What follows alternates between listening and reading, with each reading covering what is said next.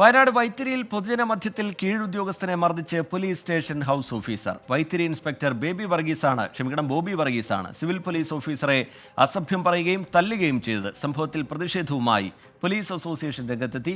DYSP തലത്തിലുള്ള ഉദ്യോഗസ്ഥൻ ഇത് സംബന്ധിച്ച് അന്വേഷണം നടത്തും. SHO കീഴുദ്യോഗസ്ഥനെ മർദ്ദിച്ചതുമായി ബന്ധപ്പെട്ട് വിവാദ ചുഴിയിലാണ് വയനാട് പോലീസ്. പോലീസ് അസോസിയേഷൻ തന്നെ ഇതിനെതിരെ രംഗത്ത് വന്നു. രൂക്ഷമായ ഭാഷയിലായിരുന്നു അസോസിയേഷൻ നേതാക്കളുടെ വാർത്താക്കുറിപ്പ്. വെള്ളിയാഴ്ച രാത്രി വൈത്തിരി കനറ ബാങ്ക് പരിസരം ഒരാൾ പെൺകുട്ടിയോട് അപമര്യാദയായി പെരുമാറിയെന്ന വിവരത്തിന്റെ അടിസ്ഥാനത്തിലാണ് SHO ബോബി വർഗീസും 3 സിവിൽ പോലീസ് ഓഫീസർമാരും സ്ഥലത്ത് എത്തുന്നത്. ഒരാളെ കസ്റ്റഡിയിലെടുത്തെങ്കിലും ഇയാളല്ല ആക്രമിച്ചത് എന്ന് വ്യക്തമായി. ഇതോടെ ഇയാളും SHOയും തമ്മിൽ വാക്കേറ്റം. ഈ വാക്കേറ്റം മുറുകുമ്പോഴും ജീപ്പിൽ നിന്ന് സിവിൽ പോലീസ് ഓഫീസർ ഇറങ്ങിയില്ല. ഇതാണ് പ്രകോപന കാരണം.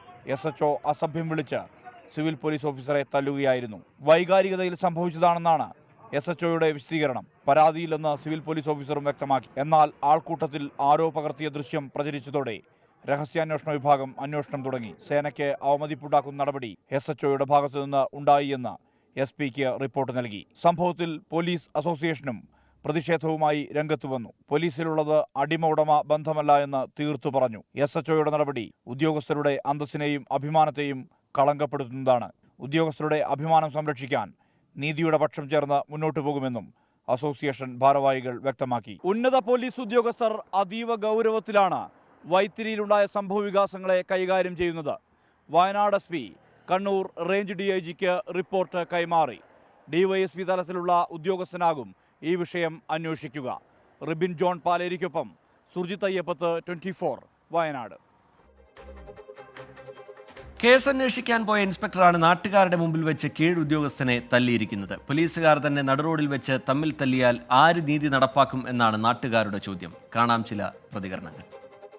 കഴിഞ്ഞ കുറച്ച് നാൾ മുൻപ് പുറത്തു വന്നിട്ടുള്ള റിപ്പോർട്ട് എന്ന് പറയുന്നത് ഭാരതത്തിൽ തന്നെ ഏറ്റവും മാനസിക സമ്മർദ്ദം അനുഭവിക്കുന്ന പോലീസ് സേന കേരളത്തിൻ്റെ പോലീസ് സേനയാണെന്നും അതിന് അവരുടെ മാനസിക സമ്മർദ്ദം ലഘൂകരിക്കുന്നതിന് വേണ്ട മാർഗങ്ങൾ സ്വീകരിക്കണം എന്നും ആവശ്യപ്പെട്ടുകൊണ്ടുള്ളൊരു റിപ്പോർട്ട് ഈ അടുത്ത് പുറത്തു വരികയുണ്ടായി.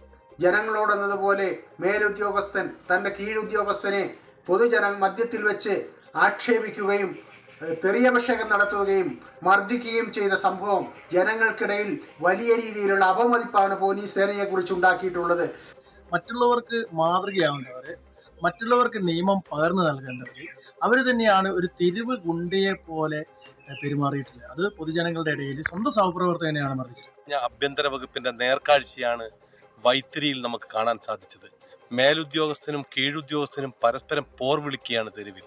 പൊതുസമൂഹത്തിനാകെ സുരക്ഷ നൽകേണ്ട പോലീസ് ഇത്രയേറെ ദുർബലപ്പെട്ട ഒരു കാലഘട്ടം ഇതിനു മുമ്പ് കേരളം കണ്ടിട്ടില്ല. ഇത്രയേറെ കഴിവുകെട്ട ഒരു ആഭ്യന്തര വകുപ്പിനെ നമുക്ക് കാണാൻ സാധിച്ചിട്ടില്ല. ആഭ്യന്തര വകുപ്പും കഴിവുകേടിന്റെ പര്യായമായി കേരളത്തിൽ മാറിയിരിക്കുകയാണ്.